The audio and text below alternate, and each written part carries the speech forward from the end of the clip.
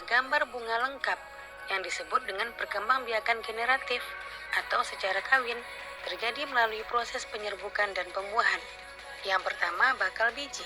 Yang kedua, tangkai putik, kepala putik, tangkai sari, kepala sari, mahkota, benang sari, kelopak, dan dasar bunga. Macam-macam penyerbukan. Yang pertama, penyerbukan sendiri, yaitu serbuk sari jatuh di kepala putik pada bunga yang sama. Yang kedua, penyerbukan tetangga. Serbuk sari jatuh di kepala putik pada bunga yang masih satu tumbuhan. Yang ketiga, penyerbukan silang. Serbuk sari jatuh di kepala putik pada bunga lain yang sejenis tetapi berbeda tumbuhan. Yang keempat, penyerbukan bastar.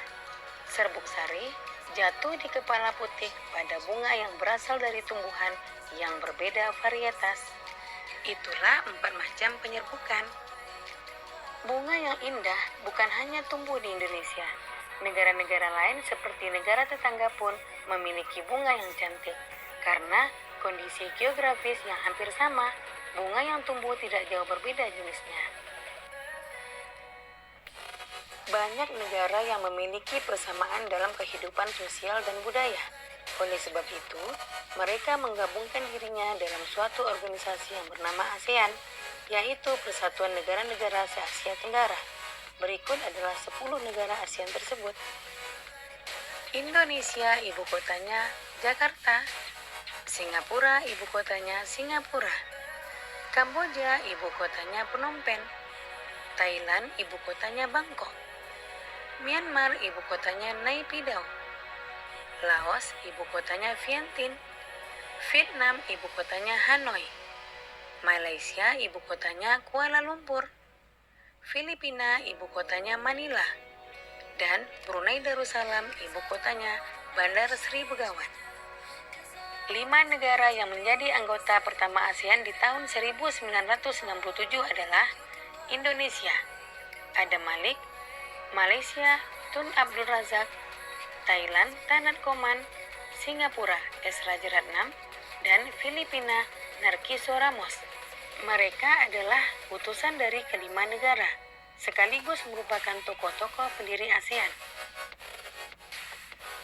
Berikut adalah kehidupan sosial budaya masyarakat ASEAN.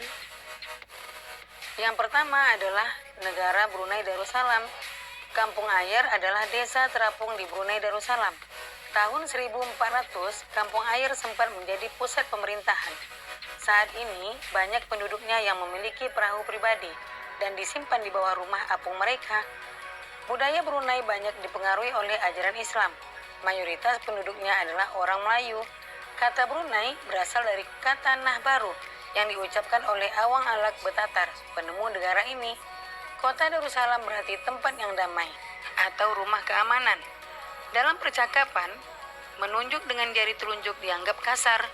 Secara tradisional, orang Brunei tidak berjabat tangan dengan lawan jenis. Melepaskan sepatu adalah kebiasaan umum orang Brunei sebelum memasuki rumah orang lain. Negara kedua adalah Malaysia.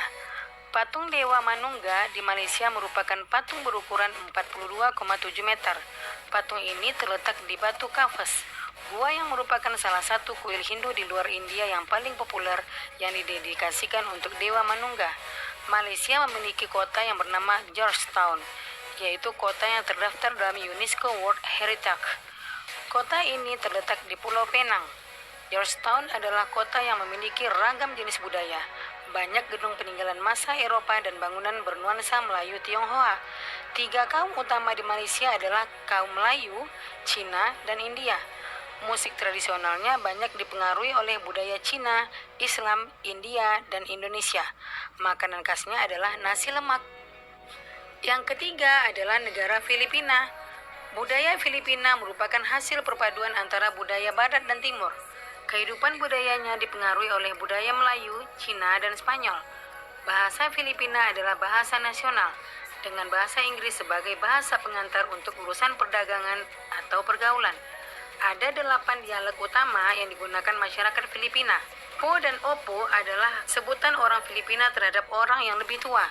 Mereka memanggilnya dengan menggunakan kata-kata seperti kuya, ate, Monang atau Manang, yang menunjukkan rasa penghormatan. Yang keempat adalah Kamboja. Banyak candi di Kamboja terbuat dari batu. Dewa-dewa dari agama Hindu dan Buddha terukir pada tembok. Tari Apsara lahir pada 2000 tahun yang lalu. Relief tarian banyak ditemukan di bangunan-bangunan keagamaan di Kamboja. Orang Khmer mengenakan syal kotak-kotak yang disebut krama. Yang keempat adalah negara Myanmar. Myanmar disebut sebagai negara 1000 pagoda. Hal ini disebabkan karena sangat mudah menemukan kuil-kuil suci Buddha. Mayoritas penduduk Myanmar adalah keturunan Tibet. Bahasa digunakan adalah bahasa Burma. Pakaian tradisional Myanmar yang disebut dengan longyi mirip sarung Indonesia. Namun, kain ini membelit bagian tubuh mereka mulai dari perut hingga betis. Longyi yang berbahan kain katun bukan saja dikenakan pria dewasa, namun juga anak-anak dan wanita. Yang keenam adalah negara Vietnam. Permainan menangkap jangkrik dengan mata tertutup adalah permainan tradisional anak Vietnam. Anak yang berada di tengah lingkaran matanya ditutup kain, menangkap salah satu teman dan menebak namanya. Yang ketujuh adalah negara Laos. Nama Laos berhubungan dengan penemunya, yaitu Ai Lau. Orang Laos terkenal kesabaran dan kesederhanaannya. Hal ini terkait dengan ajaran agama Buddha yang banyak dianut masyarakatnya.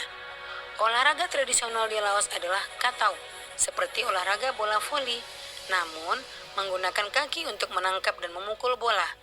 Bola terbuat dari anyaman bambu. Selanjutnya, negara Singapura. Singapura memiliki lambang negara yaitu Merlion. Merlion adalah patung berkepala singa dan berbadan ikan. Menurut mitos, Singapura dahulunya adalah kampung ikan. Kampung ini bernama Temasek, yang berasal dari bahasa Jawa, yang artinya lautan. Singapura berasal dari kata Sanskerta, yang berarti kota singa. Penduduk Singapura berasal dari Cina, Melayu, India, dan Eropa. Kaum Baba adalah sebutan bagi keturunan Cina Melayu. Singapura memiliki 4 bahasa resmi, yaitu Melayu, Mandarin, Inggris, dan Tamil. Masyarakat Singapura memiliki budaya jalan kaki. Sekitar 80% masyarakat memilih untuk berjalan kaki kemana-mana.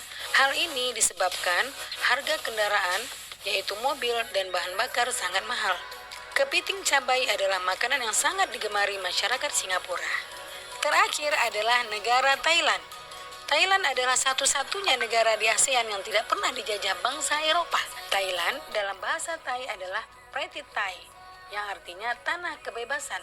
Sejak tahun 1800-an, Thailand berubah nama, antara lain Siam, dari bahasa Sanskerta yang artinya gelap atau coklat, dan Thailand.